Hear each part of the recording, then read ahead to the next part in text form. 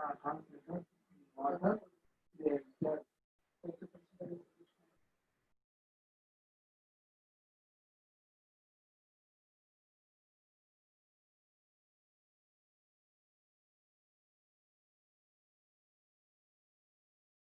afternoon, children. You guys take your break. We'll meet after 10 minutes. Meanwhile, those who stay back can ask doubts in the chat, of course. Am I audible and clear?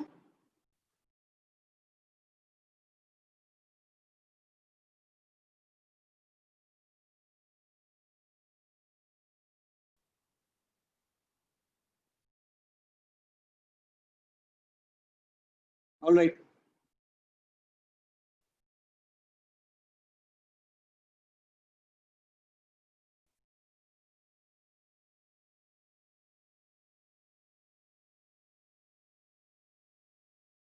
Test portion.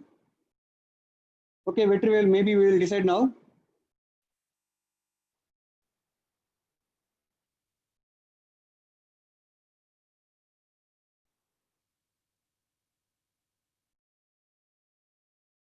So,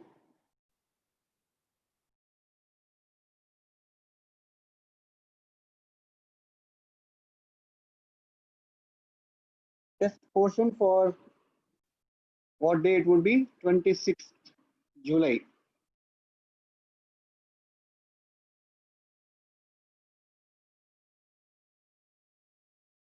Physics subject, of course. It will be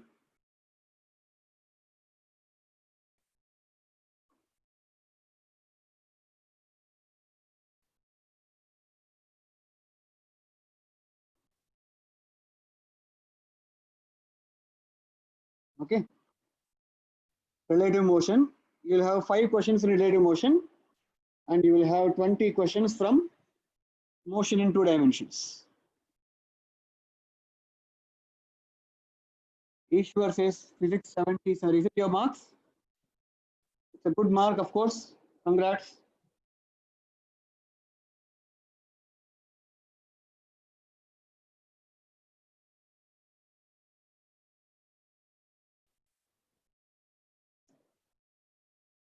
Vetrivel asks, is vectors there? See, vectors is an intermittent part. In relative motion, in motion in 2 dimensions, to solve any problem, you may have to use vectors anyway. Okay, so there may not be specific problems on vectors, but vectors is a part of doing physics. 79 in physics, 68 in physics, good. What's the total mark in physics? I mean, maximum. Maximum is 100, no? Okay, good, good. Yeah, okay. 89 out of 100, very good. Gotcha. I felt hard in the last exam, sir. 65, 58, 60, 70. I would say 70 could be pretty easy. Okay, 70 marks out of 100 in yesterday's exam is very good considering you do all homeworks, you listen to all classes, you write your notes. If you do all this, I think you can get 70 pretty easily. Okay, any bonus marks will be based on your extra works.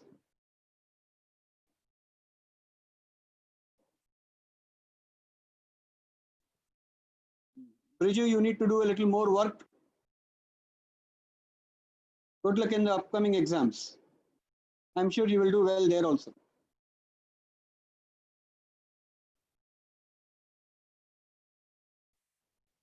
Extra work in the sense you can pick up your own textbook. See, there is some work that I give you, homework. In addition to that, there are other books that you can refer to. There is your NCERT textbook. What about other questions that I did not give as a homework?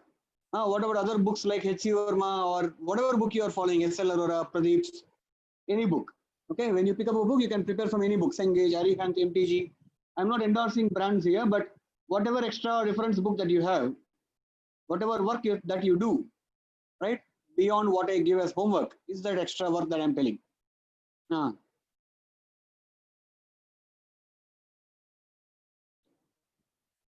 Is H.C. Verma okay, sir? Of course, sir. Of course, Ishwar. H.C. Verma is considered one of the good books. So there's nothing wrong in that book. I feel I'm not talking about mistakes, but that book is pretty useful.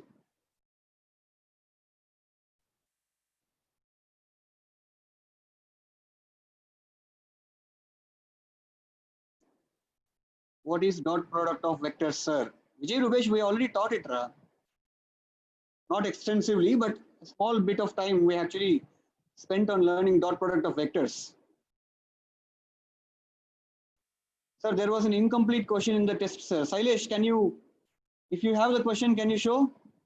Or you can send it to me on WhatsApp. I'll look at it later. Please take a picture and send. You might have the access to the solutions now, right? So please take a picture and send. I think I saw all questions, but if there was an incomplete question, that's my mistake. That's on me. Please do.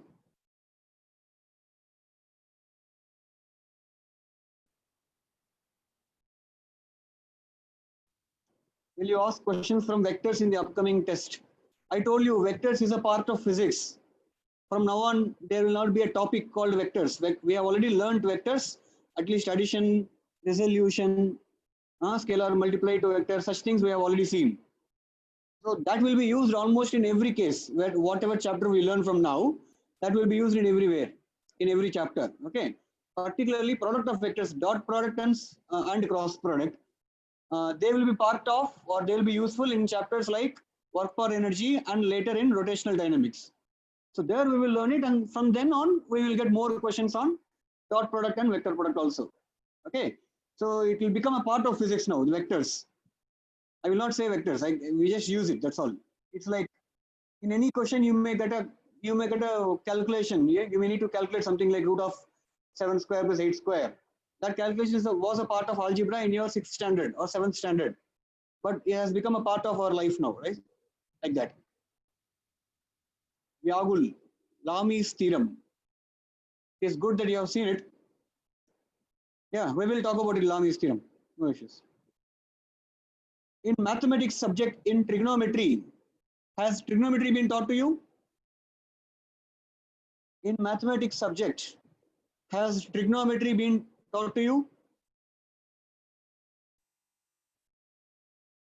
Yes. All right, very good. In trigonometry, did you learn about sine rule? In trigonometry, did you learn about sine rule? Sine rule is this. If this angle is A, this angle is B, and this angle is C, the side opposite to A is small a, side opposite to angle B is small b, side opposite to angle C is small c. Then sine rule basically says that side A divided by sine of A, that ratio must be equal to side B divided by sine of B, and that must be equal to side C divided by sine of C. This is called sine rule. This is called sine rule. Okay, that is in mathematics. There is a theorem in physics called Lami's theorem. Lami's theorem is something that you will actually learn when you come to learn equilibrium of forces. Okay, so that is why we haven't seen it yet. If these are three forces, let us say F1 is a force, say F2 is another force, and maybe F3 is another force, randomly directed. Okay, there is no need to draw them co-initially, but it doesn't hurt to draw them anyway. Okay, so I'm drawing them co-initially such that this angle is alpha, this angle here is beta, and this angle here is gamma, let us say. So Lami's theorem states that if F1, F2, F3 are a set of balanced forces. Balanced forces means the particle that they are acting on is in equilibrium. If they are a set of balanced forces, then the theorem says F1 divided by sine alpha is equal to F2 divided by sine beta is equal to F3 divided by sine gamma. This is Lami's theorem, that's all.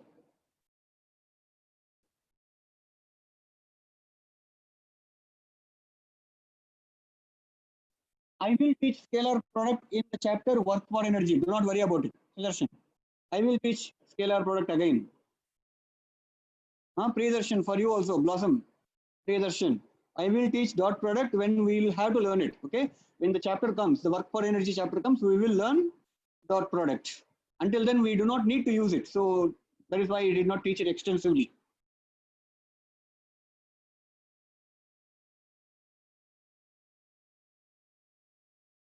Will I ask motion in one dimension question, Ashwin? I may ask. Like, you cannot ask me like that. You can get questions from anywhere since LKG. Okay. Sir, what about differentiation?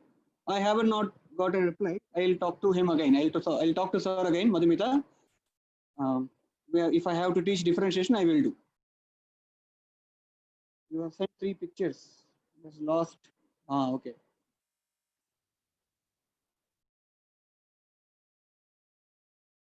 I'm not able to view it.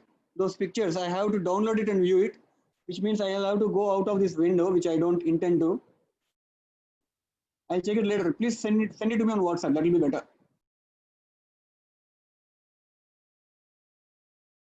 Dev Darshan, will you be our physics sir for a complete 11th standard? That's not in my hands. I'm not sure. I cannot answer that. Silas, surely I will teach integration also. Okay, velocity time equation, and then I used integration to find displacement. Yeah, okay. I think the question is involved in integration came, sir. Can you send? There was a question on integration. Huh? Oh, yes, I think there was a question on integration. But that question, actually, you could solve it using differentiation also, no? Okay, I'm not sure. I think there was a question based on integration. That is true, Vijay Rubesh, that I think there was a question based on integration. Some, if I'm guessing right, it's something cube divided by 8, something it comes. Correct. 2 into 8 cube, correct. Correct. Yeah, don't worry. That is the difficult question. That is the difficult question you had in the exam. Okay. 2 vectors A equal to 4 units, B equal to 3 units. The angle between them is 60 degree. Wasn't there much of the question again? There was a remaining question, I thought, Atish. Okay, so we'll start the class then. Are we all here? 178, still 10 more students to come.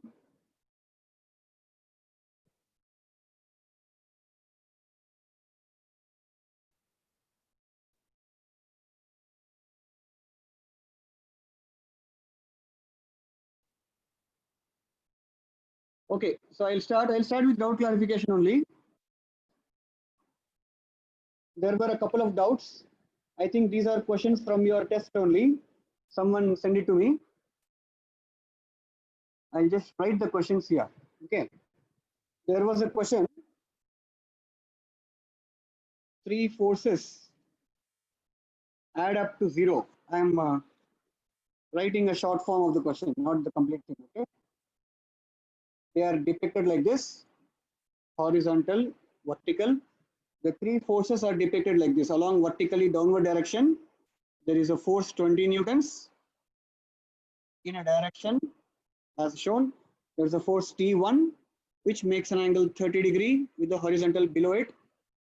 And there is another force T2, which seems to make an angle 60 degree with x-axis above it. Okay, the question is to calculate T1 and T2.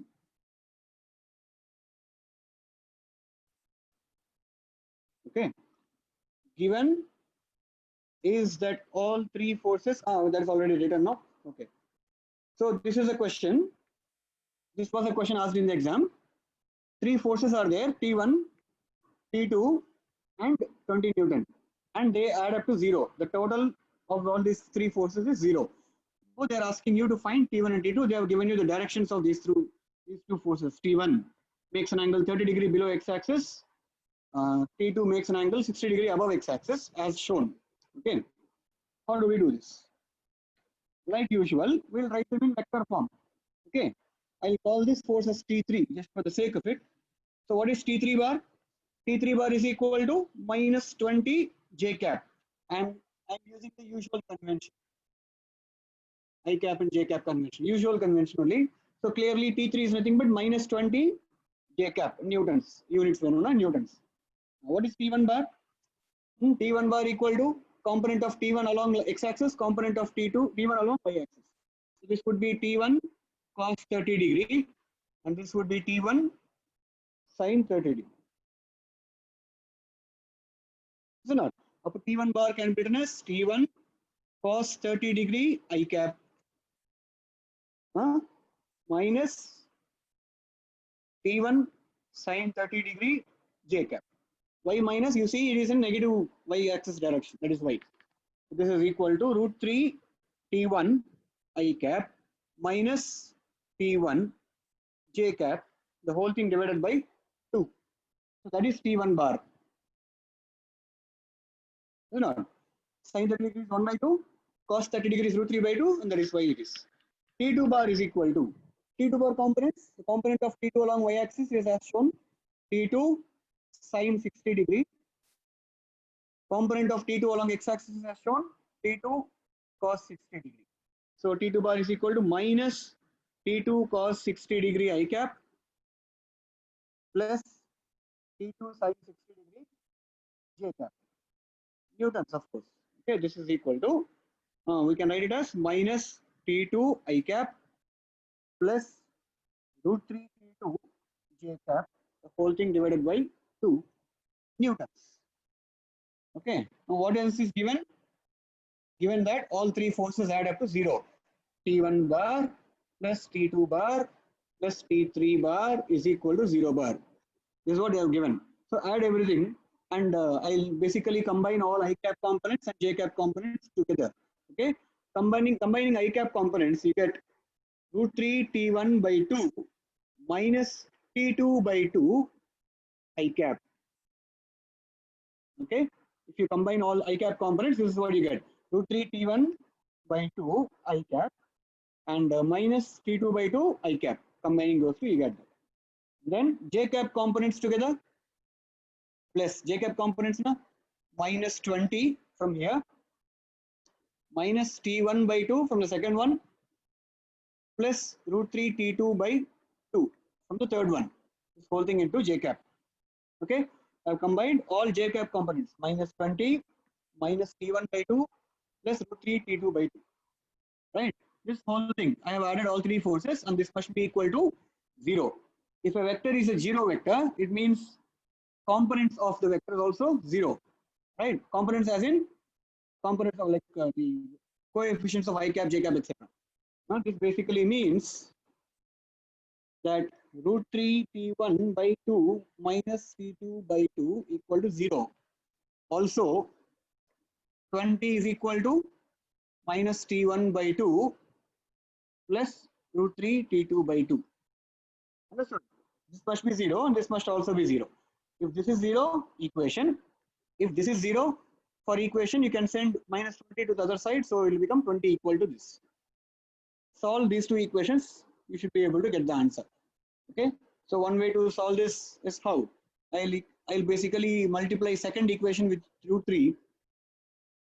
I'm just multiplying root 3 to the second equation, so it becomes 20 root 3 is equal to minus root 3 T1 by 2 plus root 3 into root 3 is 3 T2 by 2. If I add this equation and this equation, if I add this portion to the left portion of this equation, you will see root T1 gets eliminated. So you have 3 T2 by 2 minus T2 by 2 is equal to 20 root 3 plus 0, 20 root. This implies 3 by 2 minus 1 by 2 is 2 by 2, which is 1. So T2 is equal to 20 root 3 newtons. Once you have T2, you can find T1 by using maybe first equation. Any equation you can use. First equation is a little easier. So if you put T2 is equal to 20 root 3, okay, you'll get T1 is equal to 20, I think. So there you have. So T1 and T2 forces, we have it. Okay, so this is the answer to the first question. You understand? So we have used what concepts here? First, we have drawn the vectors co-initially, but that's already given in the question. Then we use resolution concept. Okay, we used resolution concept to write the given forces as vectors. And after that, I just did some calculation. That's all we did. Resultant magnitude and all we didn't have to do. Understood? So that is one way. That is one question. There was another question asked as a doubt, of course.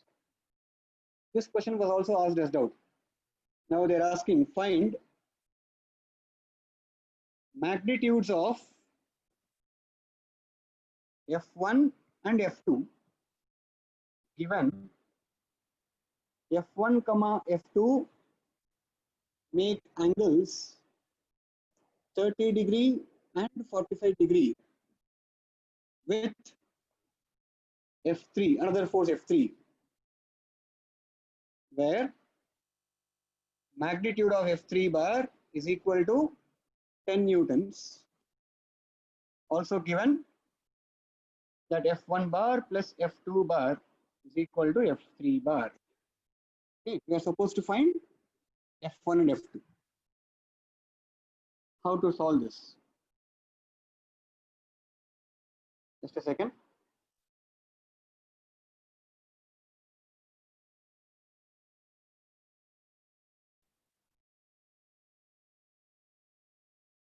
Why T1 sin 30 degree is not equal to T2?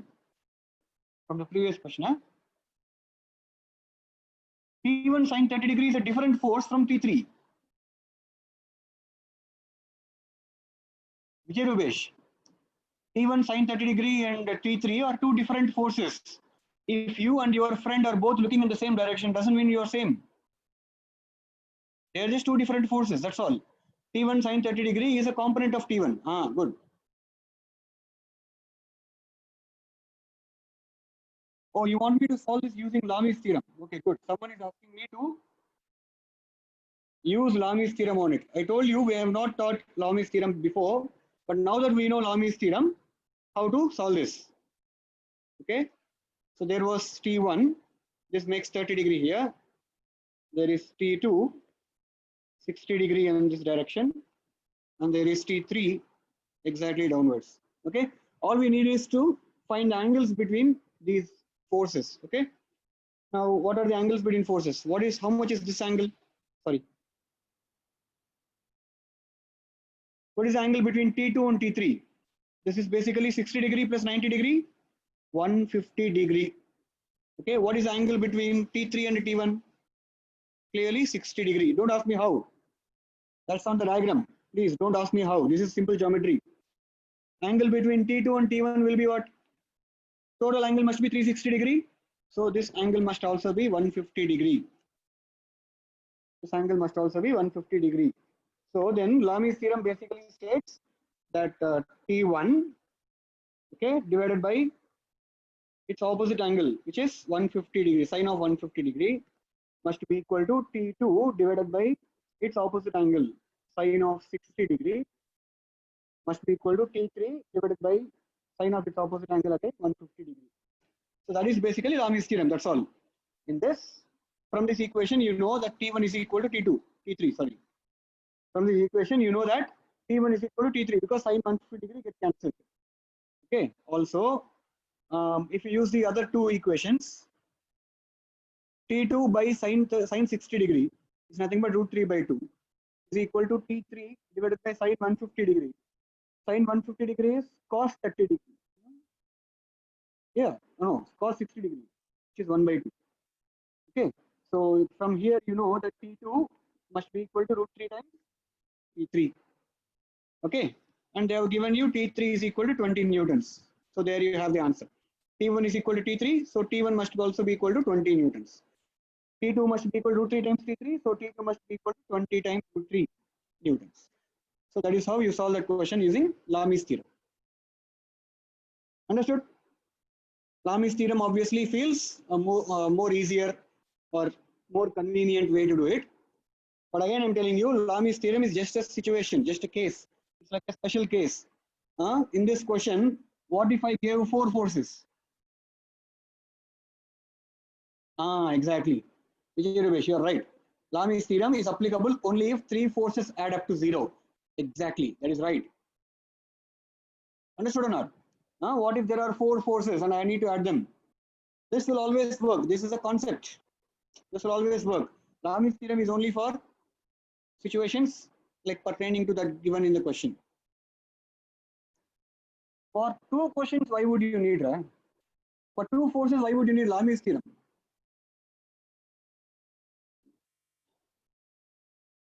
Yeah, don't worry. Okay, so next question, find magnitudes of F1 and F2 makes an angle on all that. Okay. Well, I think you can do this using Lami's theorem. No. Can you solve this doubt using Lami's theorem? Yeah, please try. Whoever asked that doubt on WhatsApp, you also try using Lami's theorem, but otherwise, I already gave you the solution. So please try it yourself. This is easy only, not difficult. Another way to do it is consider F1 and F2 as two adjacent sides of a parallelogram. If this is F1, now let us say this is F2. Assume, okay. Then if you construct a parallelogram, their common diagonal, common co-initial diagonal is nothing but their resultant. But they have given you F1 bar plus F2 bar is nothing but F3 bar. So this side is this diagonal is nothing but F3. Also, they have given F1 makes 30 degree with F3. So here, this is 30 degree, and this must be 45 degree. And diagonal also they have given 10 newtons. So now try to use some triangle concepts, trigonometry, triangle concepts. I think you should be able to calculate this side and this side. Okay, or you can use the formula tan alpha is equal to what's that? B sin theta. A sin theta divided by B plus A cos theta. You can use that also, but that may become more ugly. Okay, so that method may take you nowhere. So you better use Lami's theorem or use resolution, write them all as vectors and then add them up. That is easier. For two forces, can we use Lami's theorem? Why? How? Lami's theorem is stated for three forces. The statement for Lami's theorem is for three forces. What's the point of using Lami's theorem for two forces? If three forces are in equilibrium, F1, F2, F3, if three forces are in equilibrium, this is theta 1, this is theta 2, this is theta 3, then F1 by sin theta 1 must be equal to F2 by sin theta 2 equal to F3 by sin theta 3. This statement is called Lami's theorem. Okay, for equilibrium of three forces. This is Lami's theorem. For two forces, what will you do? If F1 is one force, okay, if F1 bar is one force, how should be the second force F2 bar so that both of them are in equilibrium? If the other force, if sum of two forces is 0, then the two forces must be exactly in opposite direction. What's the point of using Lami's theorem here?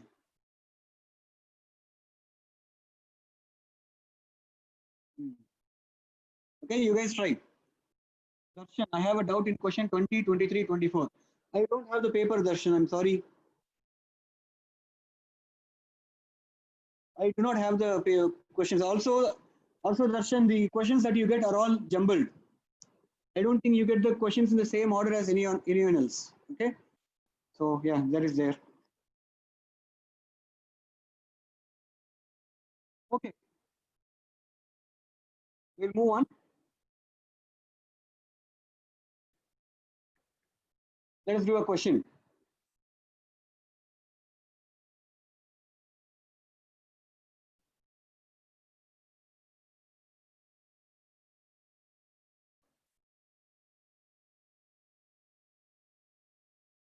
What should we do?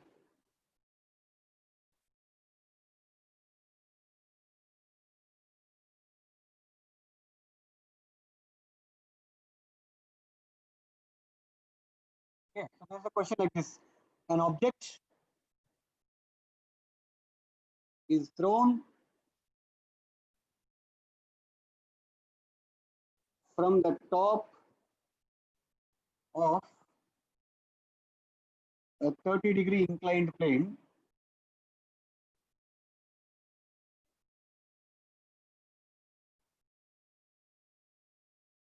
with a speed 20 meters per second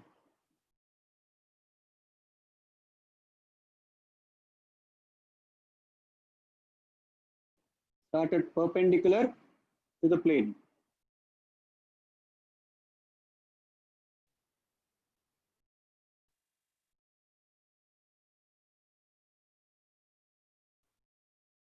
Where does it hit the plane again?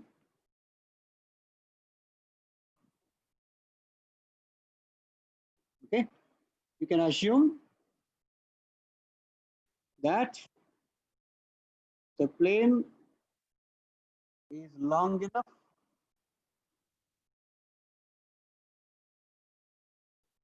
that the object does not fall beyond. Yeah, that's the question. Did you understand the question? There is an inclined plane. Okay, there is an inclined plane of inclination 30 degree, and we are throwing an object from the top of the inclined plane with a speed 20 meters per second in such a way that the initial projection is perpendicular to the plane. Initial projection is perpendicular to the plane. Plane as in incline. See, if this is the incline, this is the inclined line. We are throwing the projectile perpendicular to that line. Okay. So we'll try to work it out. Okay, work this question out. G is nothing but 10 meters per second square acting vertically downwards, of course.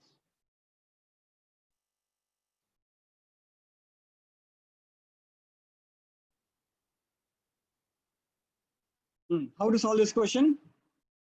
Same way that we did any other question actually. See, if we throw an object like this, see, you may think in this case, I'm not throwing the object vertically upwards. I'm just throwing an object perpendicular to the incline, which means that actually, if you draw a horizontal here, you can actually find out what angle it makes with the horizontal. So it is an oblique projectile. It is not a vertical projectile or a horizontal projectile. It is an oblique projectile. So clearly, it will move in a parabolic path. Okay, it will move in a parabolic path, but it will have to hit the plane again somewhere. But it will not hit the, there is a horizontal level of projection, but we are not worried about coming to the horizontal level of projection. We are worried about coming down to hit the plane. We actually did a question like this before, where an object was thrown from the top of a building, right, obliquely. If you remember that question, you'll understand this better actually. So we'll assume like this. Okay, let us say the projectile moves like this and reaches the plane exactly here. It could have reached anywhere. Okay, don't misunderstand. It does not need to reach the base.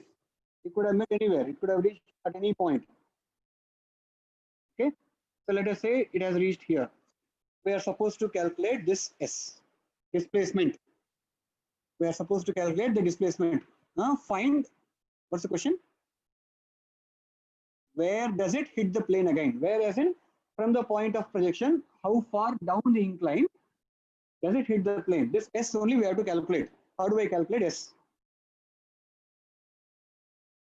Okay, if you drop a perpendicular from the final point here, now this much is nothing but vertical displacement Y. This much is nothing but horizontal displacement X. Vertical displacement Y and horizontal displacement X we have.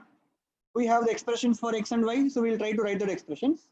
We will also assume the time taken. Okay, it is not asked in the question what is the time taken for the projectile to hit the plane again, but we can calculate time also, but we will assume it. Okay, we will assume it to be some t.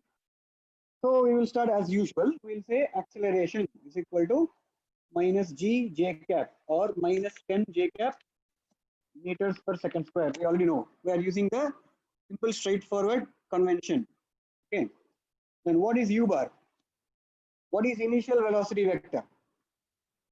Initial velocity is here. So this is initial velocity. initial velocity is 20 meters per second, but that is neither horizontal nor perpendicular. So I will resolve it into components. I will resolve the initial velocity vector into components. If 20 meter per second makes what angle with the horizontal here? 20 meters per second makes what angle with the horizontal? If I draw a horizontal here, see this line is horizontal and this is inclined. So the angle between incline and horizontal is 30 degree. So here also angle between incline and horizontal must be 30 degree. Geometry. Parallel lines, transversal, that concept, alternate angles, interior alternate angles. Okay.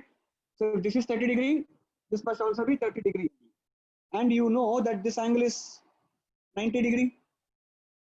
Perpendicular to the plane, they said if this angle is 90 degree, then the given angle, the required angle must be 60 degree.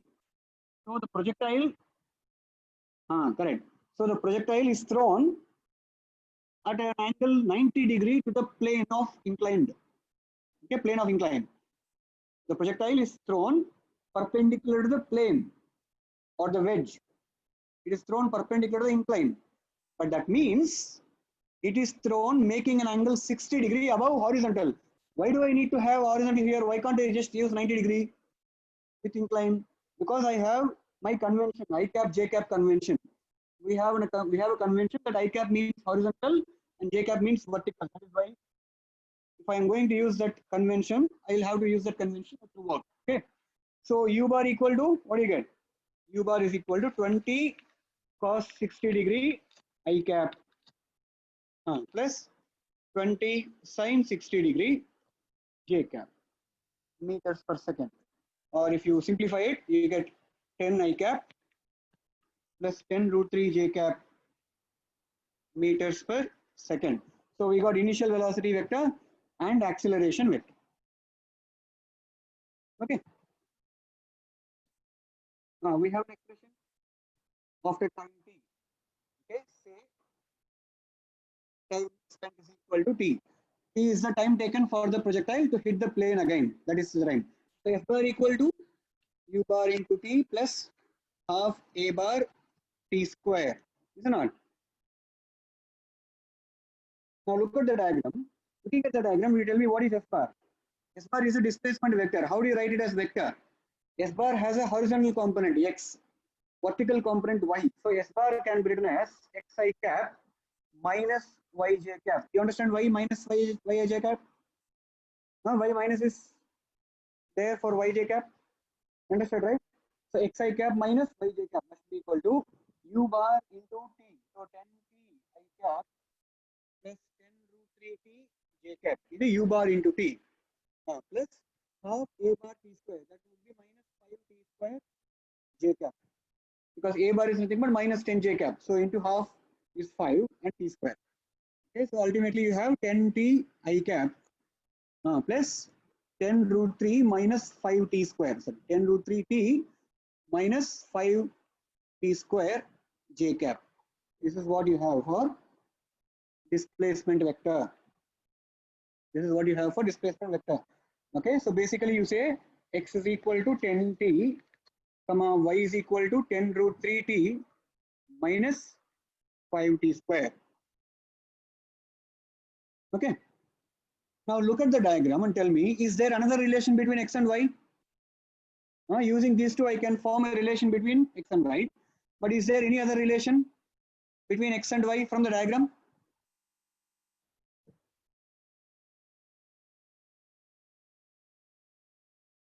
Sir, how xi cap minus yj cap comes? This is S bar, displacement vector. This is S bar. Component of x, component of S bar along horizontal is x, along vertical is y. So y is minus j cap direction, x is in I cap direction. So x I cap minus y j cap is nothing but S bar. Which is right. So what other relation is there between x and y from the diagram? We have that if this is x and this is y, this angle here is 30 degree. So I know opposite side of 30 degrees y and adjacent side of 30 degrees x. So I can use tan 30 degree, which will be equal to y by x. This means 30 degrees 1 by tan 30 degrees 1 by root 3. So x must be equal to root 3y. So treat this as first equation, first set of equation. This is a second set of equation. X is equal to root 3y. Okay. So I'll just use 1 and 2. I'll try to solve them together now. X is nothing but 10t, which is equal to root 3 into root 3 times y. Root 3 into y gives you 10 root 3 into root 3, 10 into 3, 30. 30t minus 5 into root 3, 5 root 3 t squared. Okay. So if you rearrange, you get 5 root 3 t square is equal to 20t. Simple rearranging now. Okay, you take 5 root 3 t square to the other side, you bring 10t to this side. So you get 5 root 3 t square equal to 30t minus 10t, which is 20t. One of the t's get cancelled, leaving you what is t? T is equal to 4 by root 3 seconds.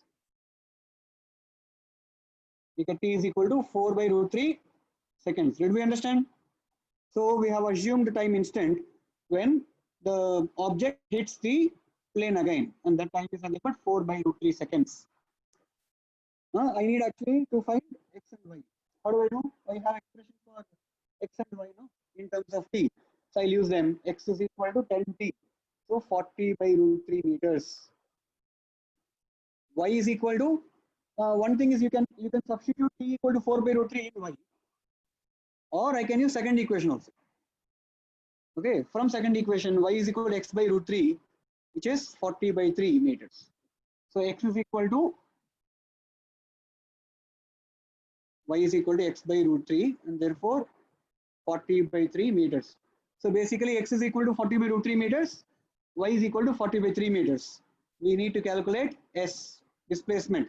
Where does the object hit the plane again? S is equal to, from the diagram it is apparently root of x square plus y square. So just perform that expression, you will get 80 by root 3, I think, is it not? I'm not sure.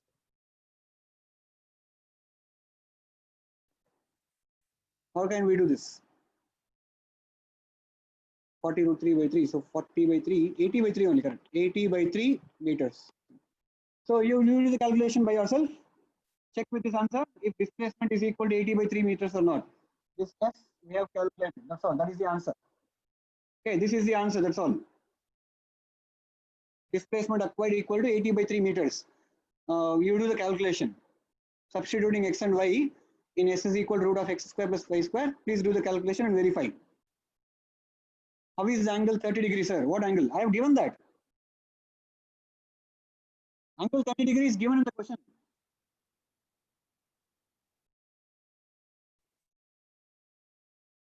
Ten t is equal to what step? This step. You mean to explain this one? We have x is equal to root 3y, right? We have x is equal to root 3y. X is nothing but 10t. So 10t root 3 into y. Y is this. So root 3 times of this. Root 3 into this. Root 3 into 10 root 3 is 10 into 3, 30. 30t minus 5 root 3 t square. That's all.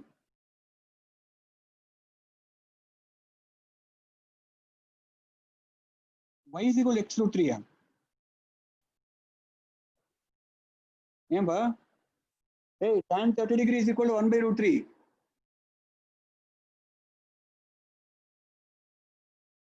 Tan 30 degrees is equal to 1 by root 3. So y by x is equal to 1 by root 3 or x is equal to root 3y. Predarshan. Y by x tan 30 degree equal to 1 by root 3, not root 3. Understood or not? See, this angle is 30 degree here. If this is 30 degree, it means adjacent side is bigger and opposite side is smaller.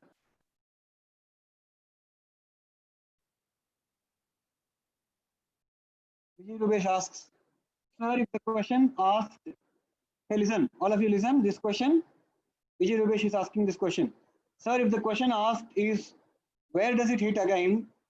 We should find coordinates now, sir. He's asking to find coordinates. Listen, in this question, I told you already, your answer must be in the same language as the question. Okay. In the question, in this question, are there coordinates given anywhere? Are there coordinates given anywhere? Did they say that the point from which the throw happened is 0, 0? Huh? This point is called as 0, 0. They did not give it. We assumed it for our sake. The answer must always be in whatever language that question is asked in. Okay. The question says, the question gives, see, the question says the object is thrown from the top of the incline. So where does it hit the plane again? Now what do you say? It hits the plane down the incline from wherever it has been thrown. So that displacement only you are supposed to calculate. That is how you answer that question. Okay. Kaushik Babu asks, why maths is there in physics? Thank God. Thank Newton. Thank a lot of people like him. Why maths is there in physics? So how would you answer this if there was no mathematics?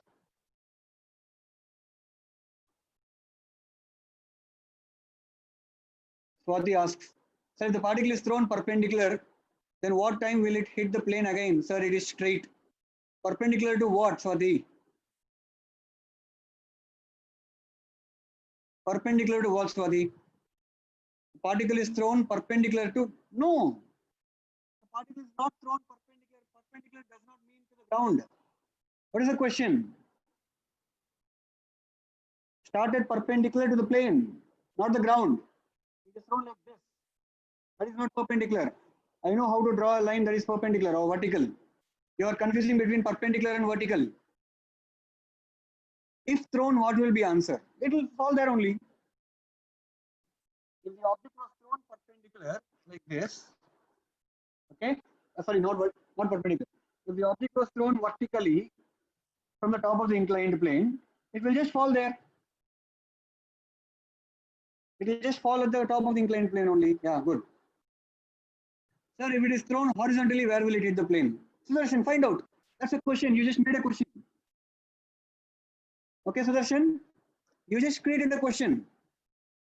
Do it. You do it. All you have to do is just write U bar is vector, A bar is a vector, and then you have everything handed out to you. Please try it. We can create questions like that. I did not see this question anywhere. I just created a question and gave you. Okay. Good.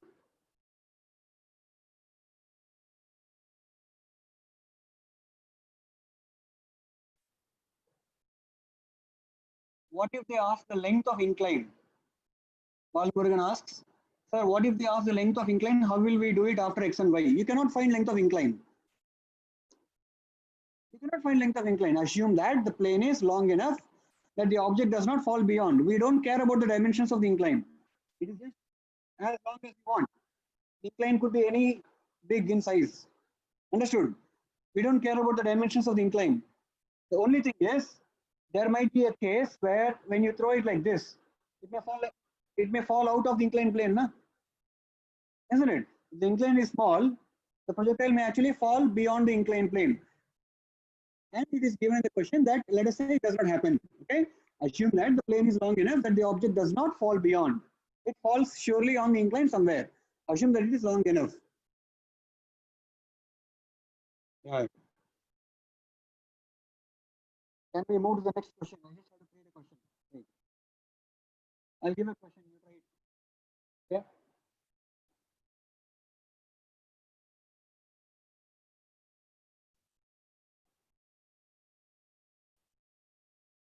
There is an incline. Okay.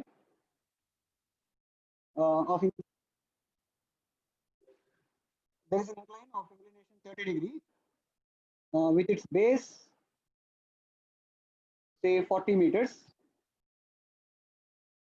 and an object is thrown with a speed 50 root 2 meters per second.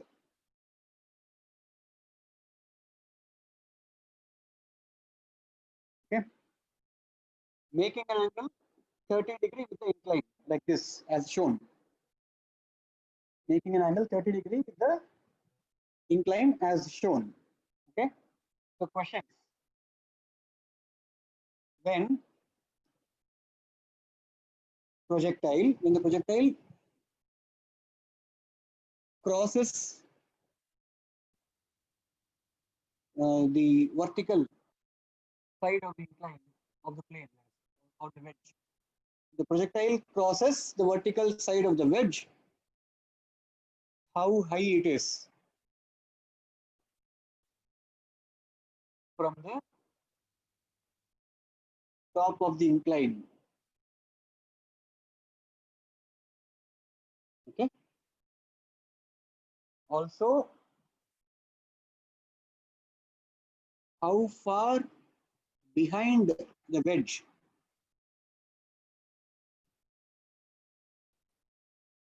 does it reach the ground?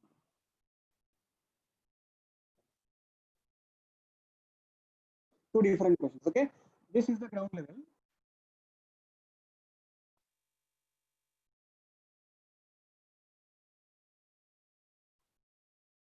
This is the ground level. There is a wedge of incline 30°. Its base is of length 40 meter. A projectile is thrown with a speed 50 √2 meters per second, making an angle 30° above the incline, not horizontal, above the incline. Okay. So clearly it will pass, right? It will pass over the incline. It will probably fall somewhere. Hopefully it will pass over the incline. Hopefully it will pass over the incline. Okay. Let us say. In that case, when it passes over the incline at the vertical, okay, this is the vertical line, vertical side of the wedge. Okay, when it passes over the line, how high it is above the top, that you have to calculate. How high it is above the top of the incline. Okay. I'm redrawing it. 30°, 30°. Just a second.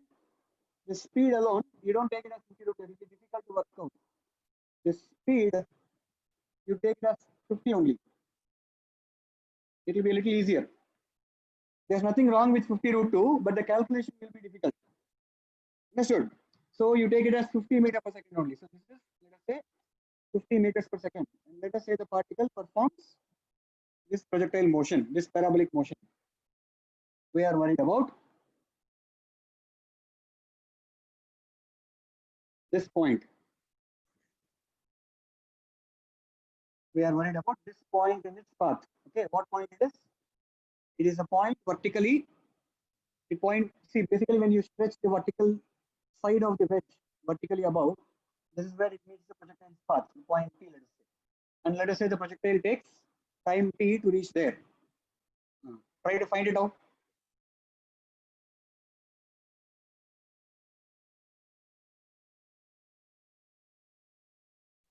Height of the incline is given. It is given, but indirectly. Height of the incline is given indirectly. If I give you this side on this angle, you should be able to find this.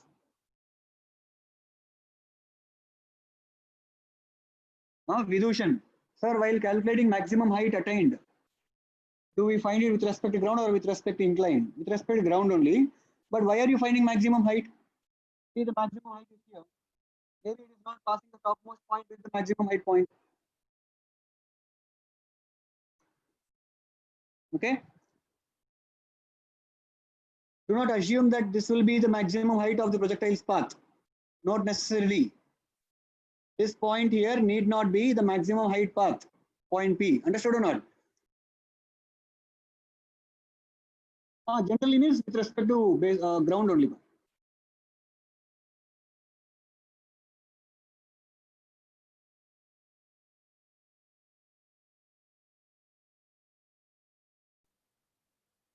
Okay. So now see, if the particle has reached the point P in time T, this is nothing but horizontal displacement x. Clearly, this is nothing but vertical displacement y.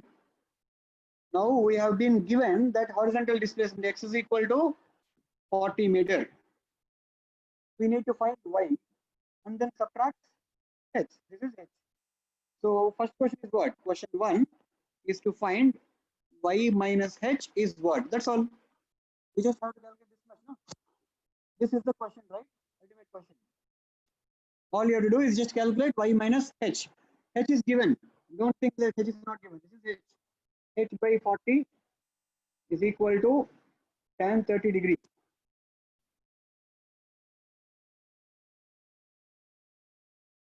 This means h is equal to 40 by root 3 meters. H is given. That question, how do we do? X is equal to 40 meters they have given. We need to calculate y. I think we can use y is equal to x tan theta. You remember that equation? Y is equal to x tan theta divided by, minus g by 2 u square cos square theta x square. Do you remember that equation or not? Projectile path equation. So just substitute everything there. X is nothing but 40. Tan theta would be tan 60 degree, root 3 minus g is 10 by 2 into u square is 50 square. Cos square theta is 1 by 4. Cos theta, cos 60 degree is 1 by 2. Cos square 60 degree would be 1 by 4. Into x square. X square is again 40 square. Okay. So y is equal to 40 root 3 minus 2 goes 2 times in 1 by 4. Okay. And this 2 goes to the numerator. So it becomes 20 into 40 square divided by 50 square. Okay. This is equal to 40 root 3 minus 40 square by 50 square. Now those two zeros get cancelled in the numerator and denominator, leaving 16 in the numerator and 25 in the denominator. So 20 into this basically becomes 20 into 16 by 25. And 5 goes 4 times in this, 5 goes 5 times in this. So this term becomes 64 by 5. Okay. So y is equal to 40 root 3 minus 64 by 5 meters. Y is equal to 40 root 3 minus 64 by 5 meters. Leave it as such. What is the answer? Required answer is equal to. Required answer is not y. Required answer is this much. And that is nothing but y minus h. Y minus h, which is equal to 40 root 3 minus 64 by 5. What is h? 40 by root 3. So minus 40 by root 3 meters. Okay. Answer is equal to 40 root 3 minus 40 by root 3 minus 64 by 5 meters. You can leave it as such, or if you want to calculate, you can calculate. Okay. So that is answer for the first question. Answer 1. That is answer for the first question. What is the second question here? How far behind the wedge does it reach the ground? So they are asking you to find this much. The projectile reaches here on the ground. Behind the wedge, okay, behind the wedge, how far does it reach? So this distance, the blue color line, that is what you have to find. Okay. You know how to find the range of the projectile? Range is the total. If you subtract 40 out of the total, you will get the required answer. Required answer here is nothing but range minus x. Do it. You know how to find the range? You can use the formula u square sine 2 theta by g. Use range. If I use the formula for range, calculate it. Minus 40, you should get the answer for the second question. Understood? So even though this sounds like a different or a completely odd topic, even though this sounds like a different topic, right? Projection on inclined plane, even though this sounds like a different topic, this is basically a special case of motion in 2 dimensions. That's all. You just use logic, mathematical logic to get an answer, to try to relate that topic to this topic. Understood or not? So in many books that you read from, you will actually find that projection on inclined planes given as a separate topic. You do not have to study it as a separate topic. You don't need to do that. It is basically motion in 2 dimensions only. Okay. 125 root 3 minus 40. I don't know. That's the range. Huh? Someone says range is equal to, or range is equal to u square 50 square. U square is 50 square into sine 2 theta. Theta is 60 degree. Sine 2 theta is sine 120 degree. Sine 120 degree is root 3 by 2 by g 10. So 2500, 250, 125 root 3. Yeah. So range is nothing but 125 root 3 meters. So this would be 125 root 3 minus 40 meters. This is the answer. This is answer 2. This is answer 1. 125 root 3 minus 40 meters. Correct. Very good. Good job. Darshan, sir, if a car covers 2/5 of the total distance with V1 and 3/5 of total distance with V2, find average speed. That was a question from exam, right?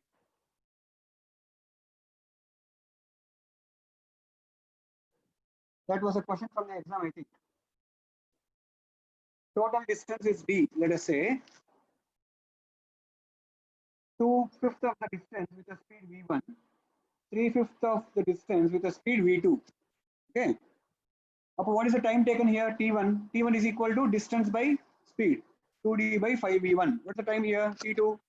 3D by 5V2. What is average speed? Average speed is equal to total distance divided by total time taken. 2D by 5V1 plus 3D by 5V2. If you take D common from the denominator, the total D get cancelled. It will basically give you 1 by 5 into 2 by V1 plus 3 by V2. Simplify this, you will get the answer. 5V1 V2 divided by 3V1 plus 2V2. This is the average speed. Okay. Understood, Darshan? That is average speed. Sir, how you are taking theta is 60 degree? In the last question, huh? See here. The projection is happening from the ground. I am using all formulae. All these formulae only work with respect to ground, not with respect to incline.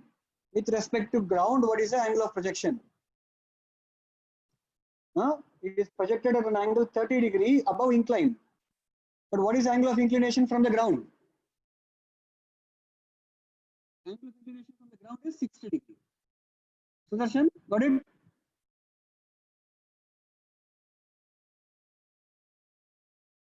Yapit, I used the given 40 meter and calculated time, using which I calculated y, but I got the same answer. Of course, you will get the same answer. This equation is derived like that only. You remember again? This equation is derived like that only. X is equal to u cos theta into t. Y is equal to u sin theta t minus half gt square. From x equation, you will separate t. You will substitute it in the second equation, you will get this equation. That is how you get it.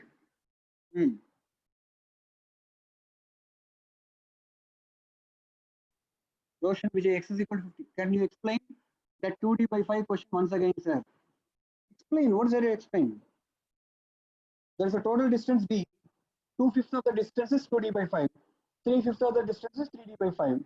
This distance they are covering with a speed v1. This distance they are covering with a speed v2. And you are supposed to find average speed. Average speed is always total distance by total time taken. So you find time taken for this distance travel. 2d by 5 v1. Time taken for this distance. 3d by 5 by v2. 3d by 5v2. So average speed is total distance, which is t, by total time, adding 2 times. That's all. Simplified. If magnitude of 3I cap plus, these are simple questions now. Magnitude of 3I cap plus AJ cap is equal to 5. Okay, find A was the question. What is the formula for magnitude? Root of 3 square plus A square is equal to 5 given. This implies 3 square plus A square equal to 5 square. This implies A square equal to 4 square. Don't ask me how. A is equal to plus or minus 4. Done.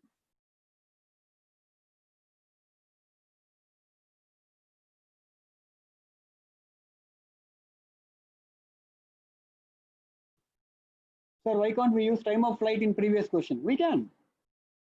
But you will use time of flight for which portion? Only for the second question we can use time of flight. Time of flight is here. No, by the end of time of flight, the projectile would have reached the ground. For that you can use, but what will you use it for?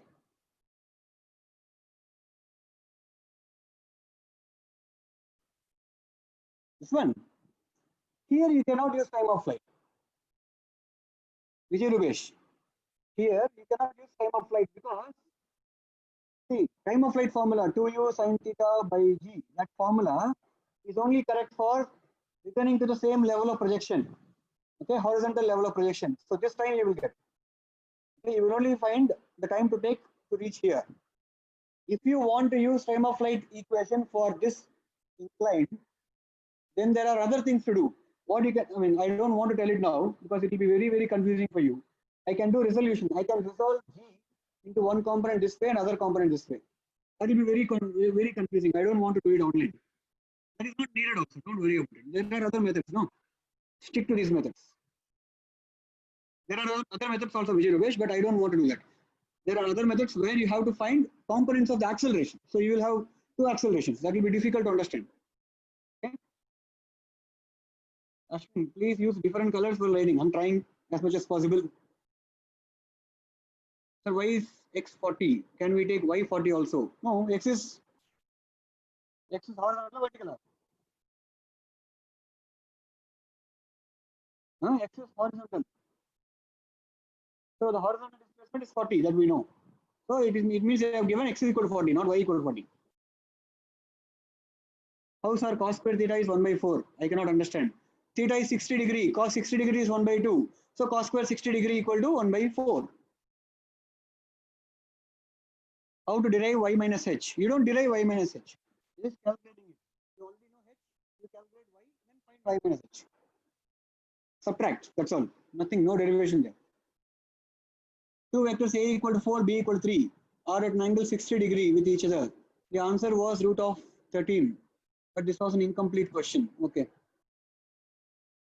Sorry, that must have been a mistake. I don't know. Could have been a mistake that I overlooked. Sorry about that. As long as you did not waste a lot of time on that question in the exam, I hope it was all right. G cos 30 degrees perpendicular and G sin 30 degrees parallel to incline. You can do like that, Rubesh. That is the concept, yes.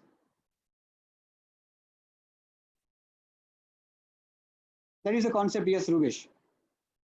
I mean, Vijay Rubesh. Then value of h, Kaushik Babu, value of h is calculated from this triangle. Tan 30 degree equal to h by b. Yeah. Okay, so all right then, we are already past the time. We will leave now. 70 of us already left. So, chalo, bye. See you guys. Now tomorrow, I check whether I can do differentiation. I can teach differentiation now. If that is the case, I will teach differentiation and integration tomorrow, starting tomorrow for a couple of days. And after that, we will start the third chapter in the next chapter, forces, chapter 5. Okay, bye.